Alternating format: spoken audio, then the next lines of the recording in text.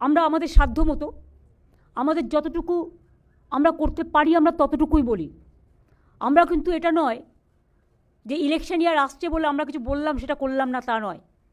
আমরা যেটা বলি সেটা আমরা চালুও করে দিই সেই টাইমে।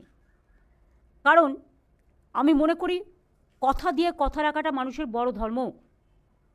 আপনারা দেখেছেন প্রত্যেকটা ইলেকশনের আগে আমরা যেটা বলেছি আমরা সাধ্যমতো তার যে মেন কি পয়েন্টগুলো আমরা করেছি। এবং আজকেও যে বলা হলো লক্ষ্মীর ভাণ্ডার ফেব্রুয়ারি মাস থেকেই তারা পাবেন। 500 টাকা করে বেড়ে গেল সবার জন্য।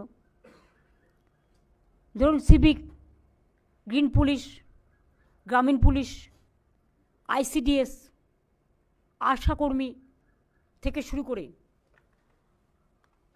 প্যারা টিচার, শিক্ষাকর্মী, শিক্ষাবন্ধী সব নানা রকম আছে যেগুলো অলরেডি বলেছে, এগুলো তো যুক্ত করা হয়েছে। প্লাস আশারা মেয়েরা যারা কাজ করে এবং ICDS, আমি মনে করি যে ওদের মাতৃকালীন ছুটিটা পাওয়া উচিত। যদিও এটা একটা প্রজেক্ট, এটা সরাসরি গভর্নমেন্টের চাকরি নয় আশা, এটা একটা প্রজেক্ট। গভর্নমেন্ট অফ ইন্ডিয়া অনেক সময় প্রজেক্ট শুরু করে কিন্তু শেষ করে না, তখন তারা কোথায় যাবে?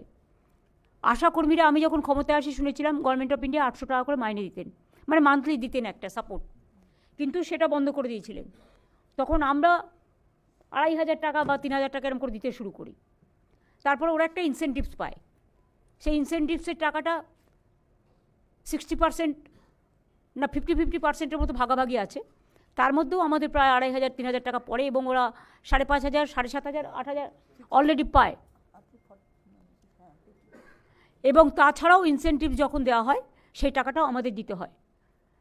তাছাড়া ওরা যদি এক্সট্রা কোনো কাজ করে সেখানে তারা একটা ইনসেন্টিভ পায়, সেটা ডিফারেন্ট থিং। কিন্তু ওই যে মাইনে হিসেবে যেটা আমি আপনাদের বললাম যে একটা টাকা হিসেবে লামসাম যেমন 800 টাকা করে মাত্র পেত, তারপর টোটালটা বন্ধ করে দেওয়া হলো।